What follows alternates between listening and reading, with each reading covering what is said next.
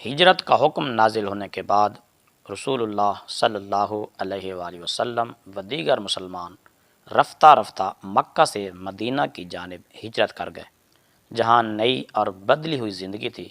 جہاں مشرکین مکہ کی طرف سے ظلم و زیادتی کے وہ پرانے سلسلے نہیں تھے۔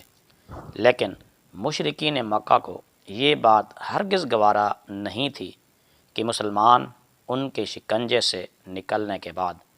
اب مدینہ میں سکون و اطمینان کی زندگی بسر کریں،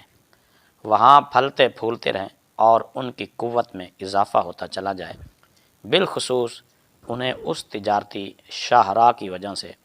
بہت زیادہ پریشانی لاحق تھی کہ جس پر سفر کرتے ہوئے ان کے تجارتی قافلے مکہ سے ملک شام آتے جاتے تھے، اور وہ شاہراہ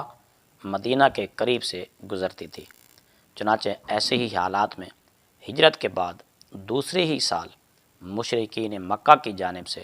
مسلمانوں کے خلاف مسلح یلغار کے سلسلے شروع ہو گئے۔ نیز مشرکین مکہ کے علاوہ دیگر بہت سے مشرک قبائل اور اسی طرح یہودیوں کے ساتھ بھی وقتاً فوقتاً مسلح تصادم کی نوبت آتی رہی، اور یوں غزوات کا سلسلہ چلتا رہا۔ ایسے میں ہر غزوے کے موقع پر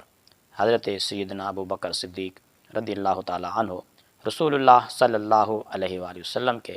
زیر قیادت پیش رہے۔ شجاعت و بہادری کے بے مثال کارناموں کے علاوہ مزید یہ کہ رسول اللہ صلی اللہ علیہ وآلہ وسلم کی خدمت، پاسبانی اور مشاورت کے فرائض بھی سر انجام دیتے رہے۔ غرضے کے سفر ہو یا حضر، امن ہو یا جنگ، ہمیشہ ہر موقع پر حضرت ابو بکر صدیق رضی اللہ تعالی عنہ